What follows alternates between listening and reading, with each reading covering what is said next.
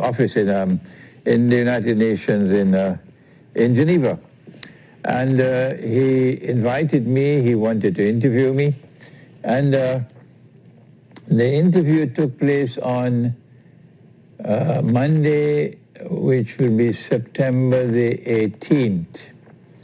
Monday, September the 18th, at the press office in the Palais des Nations in Geneva. And we have now the broadcast of that interview for you today here at IBN. I ask you to kindly listen carefully to the questions being posed by Christian. I hope he visits Trinidad sometime. Christian, if you're listening to us this morning, I hope you'll visit us sometime in Trinidad and meet our people here. But it was a wonderful opportunity for me to be interviewed by a Roman Catholic television station and to offer the viewpoint of Islam on a wide range of subjects pertaining, for example, to eschatology.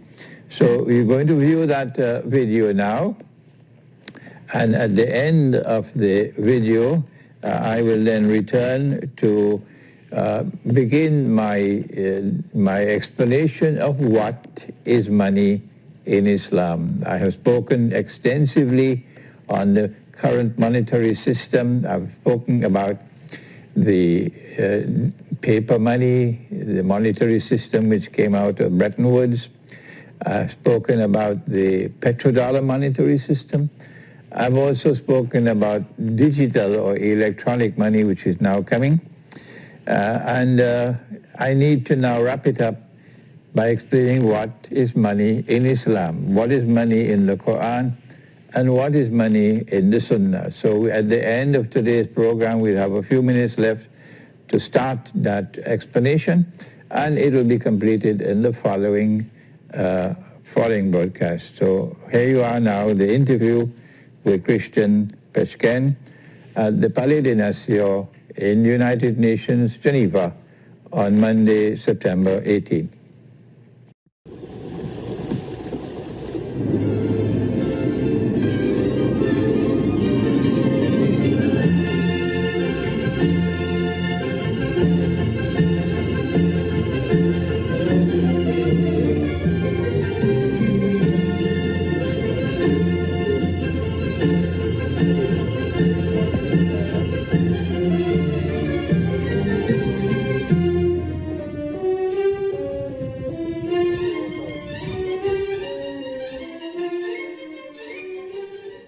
So thank you, Imran, for visiting us here at the United Nations in Geneva, for coming for this interview.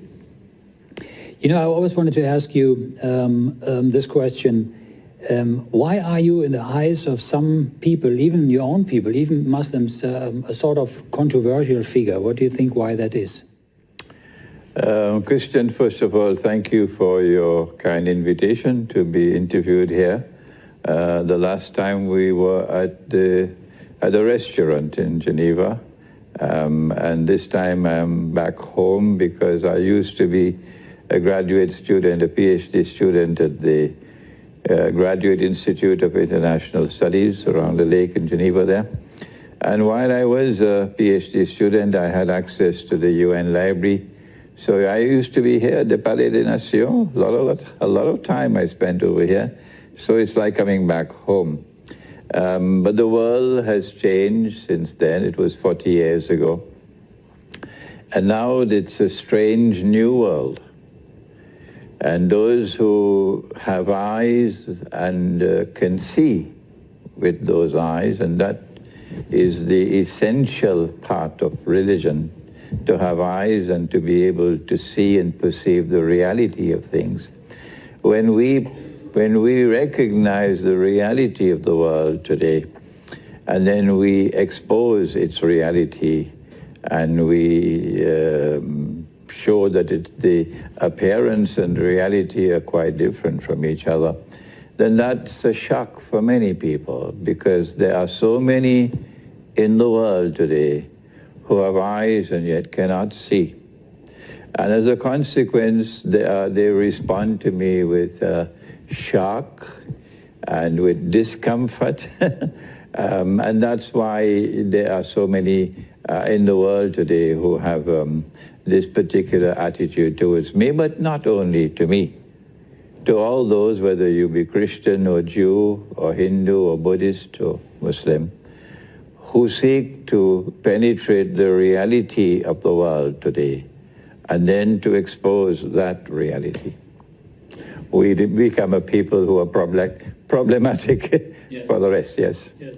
You refer probably also to the spiritual eye, to the eye, not to the eye of man, but also the perception, from a spiritual perspective, right?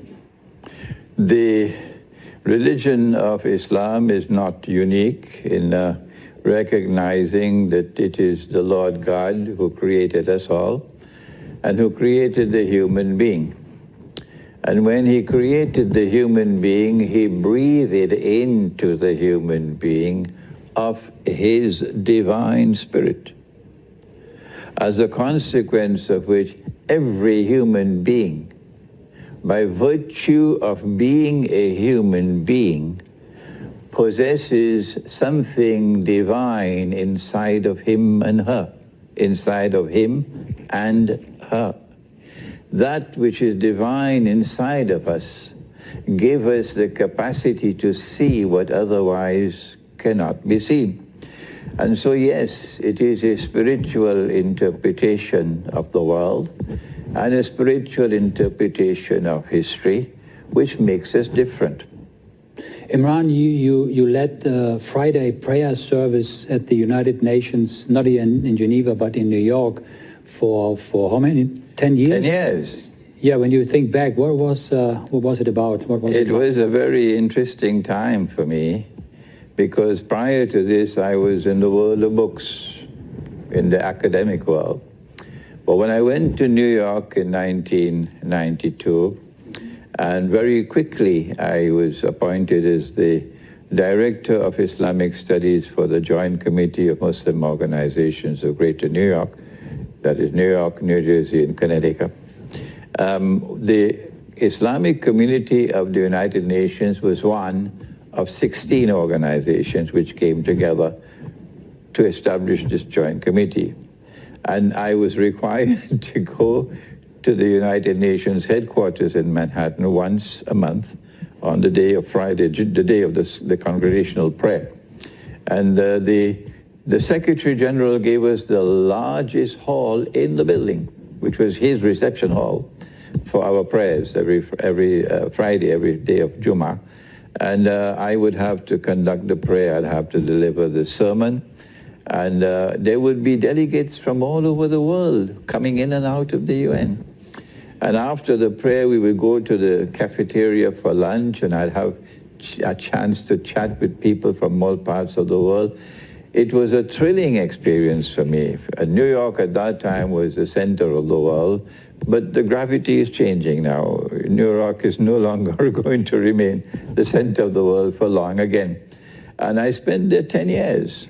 10 years. It was a very interesting time. It was a learning experience. I was able to meet with rabbis for the first time in my life. And the rabbis were usually very well-educated people. And I had to interact with them, and I'm green to this kind of world.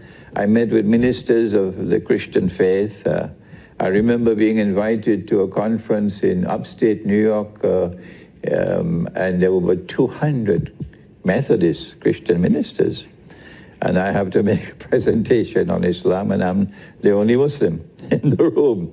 And they were challenging me on certain verses of the Quran, and I had to respond, and I was beginning to understand the world afresh. So my stay in New York for those 10 years at the United Nations headquarters in Manhattan was very beneficial for me for understanding the world today. We're talking about religion and inter-religious dialogue, interfaith dialogue. What, in your opinion, is, how can we get, all these different religions together that believe in, the one God, and make them understand that if we unite together, then we are a force against the evil of ungodliness and everything that goes on in the secular world today, right? Christian, it's a good time for the beard to be white. It's a good time to be old. And it's a difficult time to be young. You and I have seen the world change before our eyes, and it's still changing. There is some mysterious transformation taking place before our eyes in the world, and it's not for the better. It is as though the world is decaying. It's rotting. And when we look at the cause of the rotting of the world, we see that there appears to be a war being waged on the religious way of life. The religious way of life delivers stability. Stability in the person, stability in the family, stability in the home, in the society, and in the world. And as the religious way of life is under attack and it crumbles and disintegrates, there is chaos in the world, there is anarchy in the world, and society is collapsing around the world. It's becoming a more and more violent world. It's becoming a world of more tears than smiles. And if you recognize that this is happening in the world today, and you're old enough to be able to have that maturity, what do we do about it?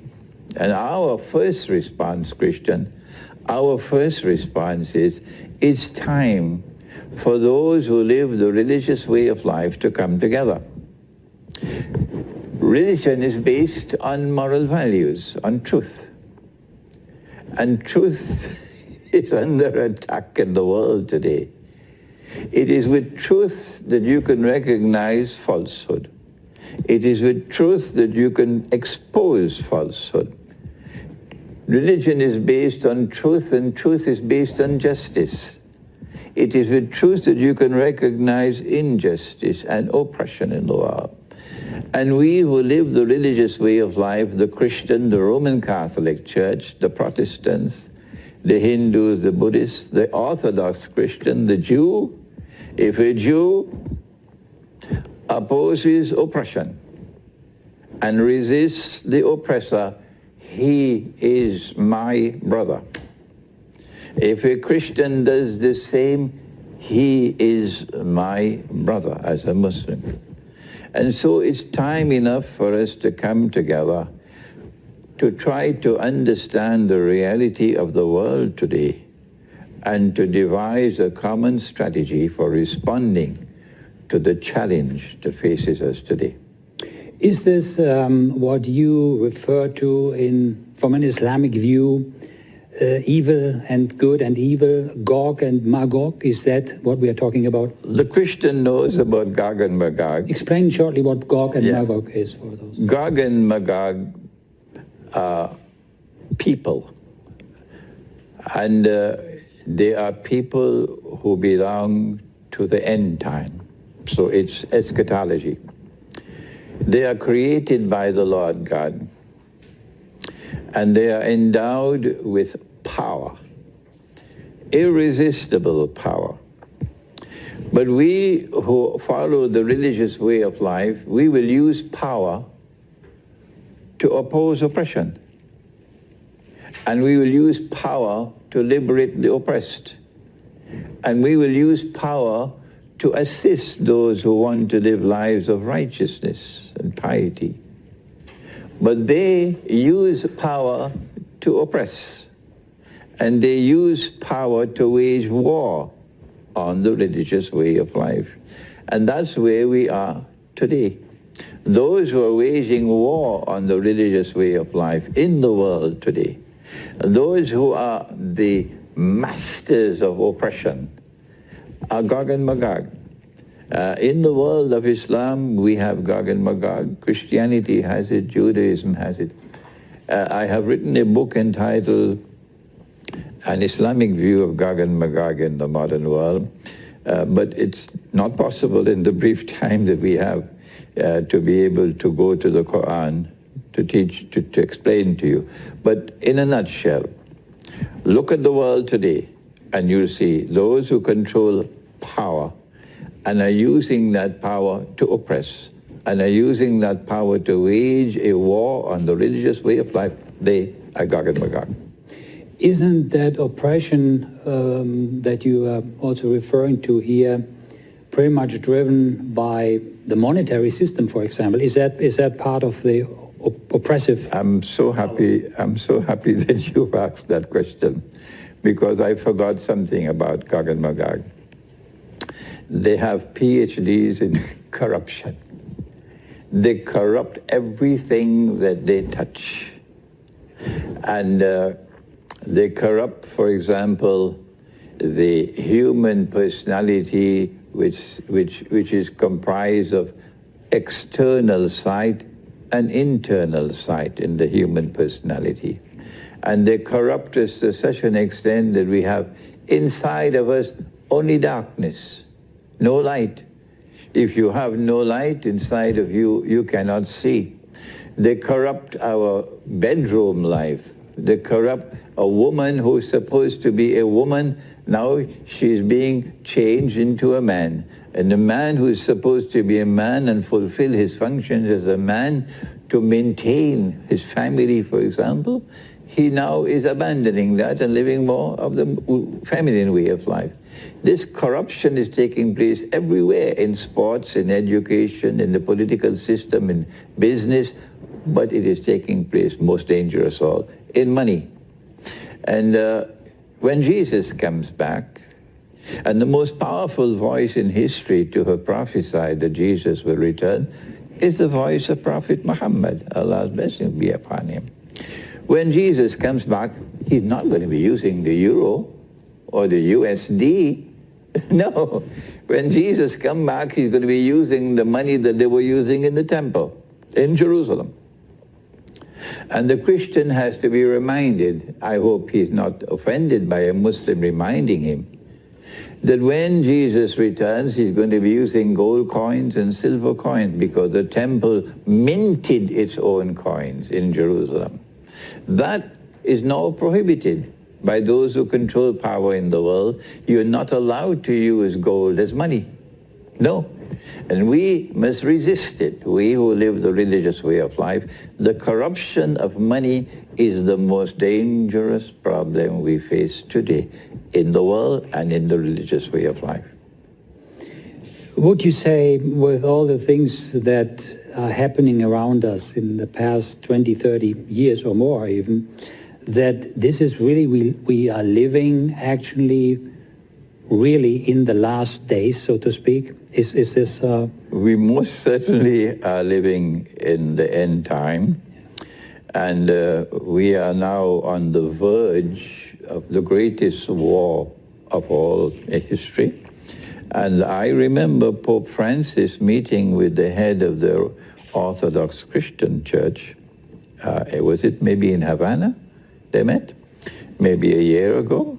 And both of them, the leaders of this side of Christianity and that side of Christianity, both made a declaration warning about the great war which is coming, and seeking to try to avoid that great war. I remember that declaration of Pope Francis in Cuba. That great war is part of the end time. The Christian knows it as Armageddon. The Muslim knows it as the Malhama. And that great war is going to substantially reduce the population of the world.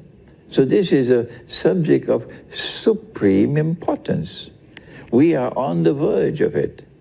And it could start in Korea. It could start in Ukraine. But we know the gravity is going to put it to a particular area between Syria and Turkey, where the pieces are being put in place,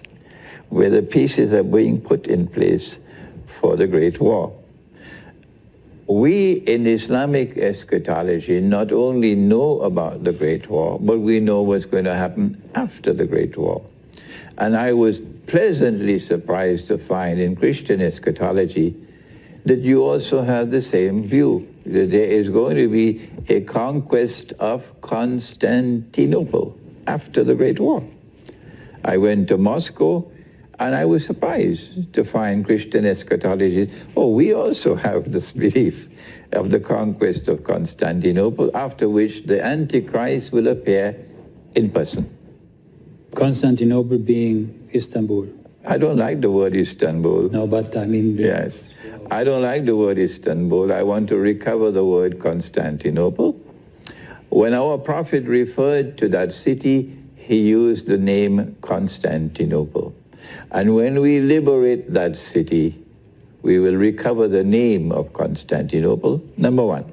Number two, we will apologize to the Christian world. We will apologize to the Christian world for what the Ottoman Empire did. When they conquered the city, they took the largest Christian cathedral, the Hagia Sophia, which had been a cathedral for 1,000 years, and they sinfully and disgracefully and maliciously transformed it into a masjid, to the eternal shame and disgrace of the world of Islam. So we will restore it. It is your church, it is your cathedral, and apologize to the Christian world. Let's talk for a second about Pope Francis. What is your view on this Pope, on the papacy? I would very much love to meet with the leaders of the Roman Catholic Church for a dialogue on eschatology. That he should recognize that the Great War is coming. For me, it's important. He did not refer to it as Armageddon, so I'd like to ask him whether you are referring to Armageddon. And if you are, then what follows after that? And how should we respond to Armageddon? We need to have Christian, Muslim, Jewish dialogue, not just on what is similar between our religions and what is different, but more importantly, a dialogue on eschatology, on the end time. I am perhaps one of the, if you will excuse it, one of the leading scholars in the world of Islam today, and this is not in any boasting way. We have several books which have been written, and I'm just completing now a new book on the Antichrist, the Quran, and the beginning of history. And after this will come another book on the Antichrist, the Quran, and the end of history. And then another book on, from Jesus, the true Messiah, to the Antichrist, the false Messiah. So I am literally pioneering Islamic eschatology. And it's a time for us to dialogue. If I can meet with the Pope or with his representatives for the Catholic Church, the Protestants, the Orthodox Christians, and dialogue on the subject, it would be fascinating. Isn't there the way of religious life, the, how shall we say, the necessary in order to prepare us for the life thereafter? So is that the protection of the religious life a protection of our eternal life in a way? So the threat from the other side is obviously from the enemy that tries to, stand between us and salvation. Yes, the religious way of life is important, and those who are priests and rabbis and imams and scholars and who live a life of piety, these are the beacons, these are the luminaries of the world today. I remember when I was in secondary school, my father chose the most important college in the country in Trinidad, a secular institution. And I should have been happy to be in the most important college in the country. I remember at the age of 14 asking my father, can you transfer me to the Roman Catholic College in my own town? Because there was a natural attraction to the priest who lived the religious way of life. I didn't have that in that major college of the country. So the priest who is a pious person and who lives the religious way of life can transform those who are around him, transform the world. But today there is corruption.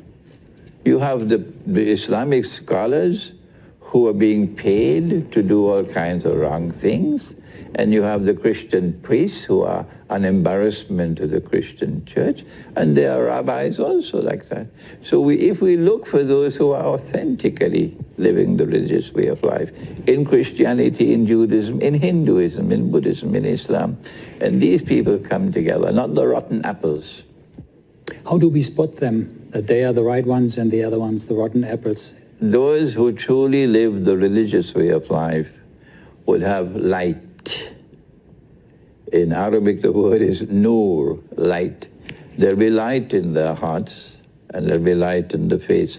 You can't buy that light in the supermarket.